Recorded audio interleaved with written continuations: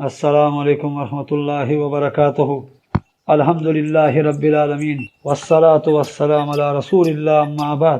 میں ہوں Asif Iqbal, civil engineer. آپ اس وقت سن رہے ہیں نبی صلی اللہ علیہ وسلم کی سیرت پر لکھی جانے والی کتاب الرحیق المختوم کی ایپیسوڈ نمبر 40، قسط نمبر 40، جعرانہ میں اموال غنیمت کی تقسیم۔ رسول اللہ صلی اللہ علیہ وسلم طائف سے محاصرہ ختم کر کے واپس آئے تو جعرانہ میں کئی روز مال غنیمت تقسیم کیے بغیر ٹھہرے رہے۔ اس تاخیر کا مقصد یہ تھا کہ حوازن کا وفد طائب ہو کر آپ صلی اللہ علیہ وسلم کی خدمت میں آ جائے اور اس نے جو کچھ کھویا ہے سب لے جائے۔ لیکن تاخیر کے باوجود جب آپ صلی اللہ علیہ وسلم کے پاس کوئی نہ آیا تو آپ صلی اللہ علیہ وسلم نے مال کی تقسیم شروع کر دی، تاکہ قبائل کے سردار اور مکہ کے اشراف جو بڑی حرص سے جھانک رہے تھے ان کی زبان خاموش ہو جائے۔ مورقۃ القلوب کی قسمت نے سب سے پہلے یادری کی اور انہیں بڑے بڑے حصے دیے۔ ابو سفیان بن حرب کو 40 اوقیے، کچھ کم 6 کلو چاندی اور 100 اونٹ عطا کیے گئے۔ اس نے کہا، میرا بیٹا یزید۔